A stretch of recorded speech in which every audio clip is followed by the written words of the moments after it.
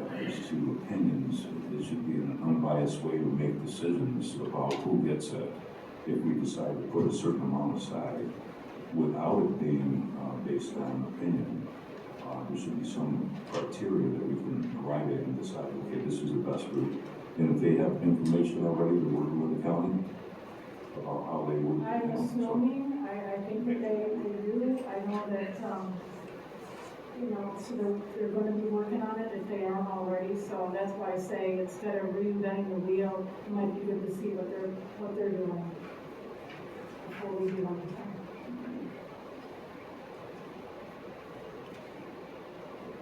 Yeah, I mean, those are some of the simplistic decisions, and have to be located in the city of Watertown. They have to serve city of Watertown residents. What if they're not-for-profit agency is outside of the city of Watertown, but they serve city of Watertown residents?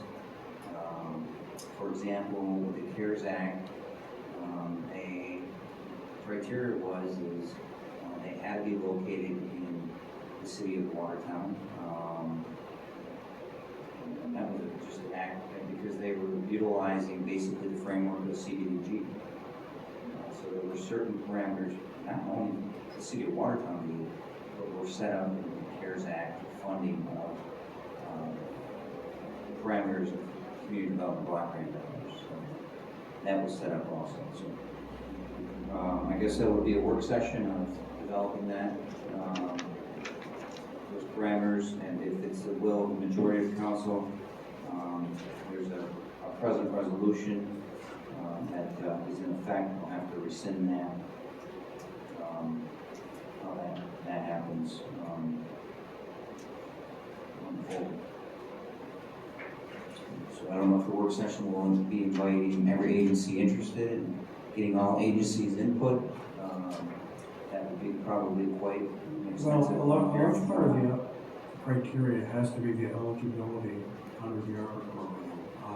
You sort of lump together all non-for-profits, but they're not all the same under the regulations. I think healthcare is a bit different than just your regular run-of-the-mill not-for-profit, and there's only certain types of things that can be funded. You can make up for lost revenue. You can help make improvements that will help with COVID, that type of thing. Now, lost revenue, everybody assumes that everybody's lost revenue. We looked at the zoo because that was part of the eligible thing.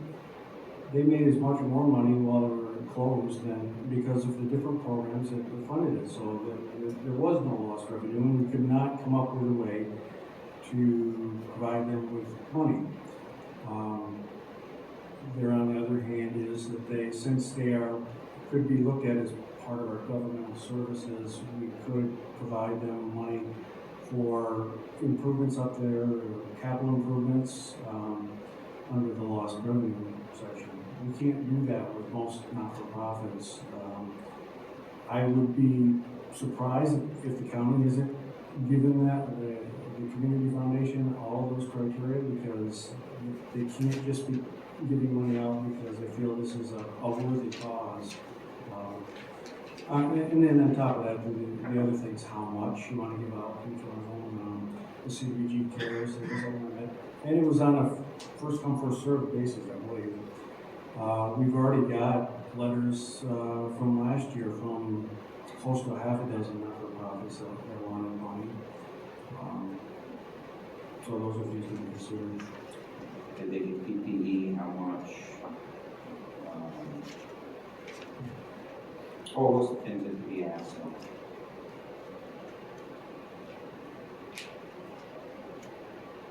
Probably a lot of them would have lost revenue, but how does the money we give them now affect their future and current operation to make them able whole to be able to provide the services that we would like for them to at this particular time because of the pandemic? Well, if they didn't have lost revenue, that's not a concern of our part. There is no way of funding additional things you would like them to do under the program.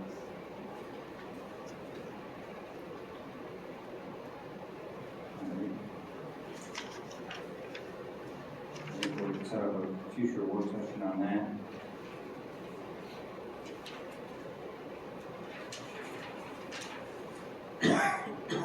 speaking of work sessions, as you're aware, we're adding on the proposal for the Sewell's Island Hydro onto next Monday's meeting. So I was planning on pushing the discussion on the City Hall, City Court improvements until the next work session after that. Well, I know, and Councilman only brought it up tonight about his proposal, and you know, he's mentioned about making $15 million in hydro.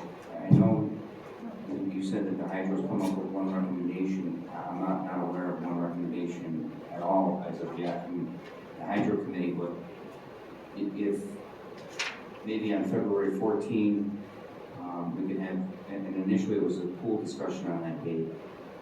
We could have Councilman only present his hydro proposal and the revenues, the expenses, and he's talking about 3 Kaplan turbines and the cost of that and the cost to change out and head flow and all of those intricate details so that so it's not just saying we're going to make this kind of money. You can see it, see that plan. Maybe you talked about it for over a year. You can get that, you know, a week or two before, a copy of that plan to the council members so we can review it and have any appropriate questions for that. Brett, I would like to hear from our current hydro committee as to what they come up with. And I also saw earlier today that there was a recommendation by you, Mayor, to bring somebody in about the Sewell's Island project. Well, it wasn't a recommendation. It was somebody that called me and had an interest, and I forwarded him to Mr. Metz. Right, yeah, on Sewell's Island, the one that's falling apart and it doesn't have a first license on it right now. We'd have to apply for that. And so, That's a private sector business, not my business. Again, it was somebody that contacted my office, contacted me with an interest. I forwarded and said that we would discuss it with the city manager, and then we can go ahead. But I'm sure we can get that recommendation, but you've had a recommendation you've talked about for over a year. At least let us see that and evaluate it, and then we can have questions, and I'm sure we can actually present that idea to the hydro committee as an option. So maybe on the 14th, we can schedule that for Mr. Only, and then in a future date, we can talk to former Mayor Butler, who's the chairman of the committee, about presenting that also to the hydro committee. That way we can take a look at those numbers, answer those questions that maybe there's, you know, what is the cost of low flow turbine 3, low flow turbines? Is there enough head there to turn 3 low flow turbines in the summer?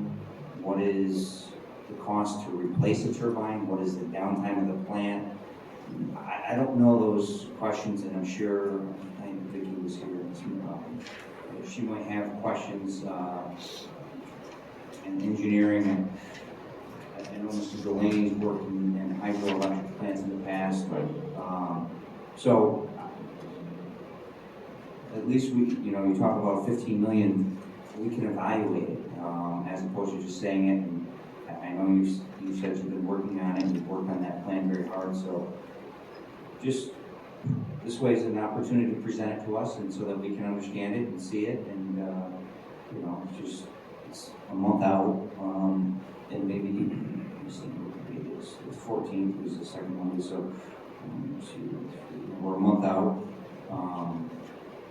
Maybe a week before with the agenda packet as normal, you can send out that plan to us and we can review it. Well, actually, the city had a plan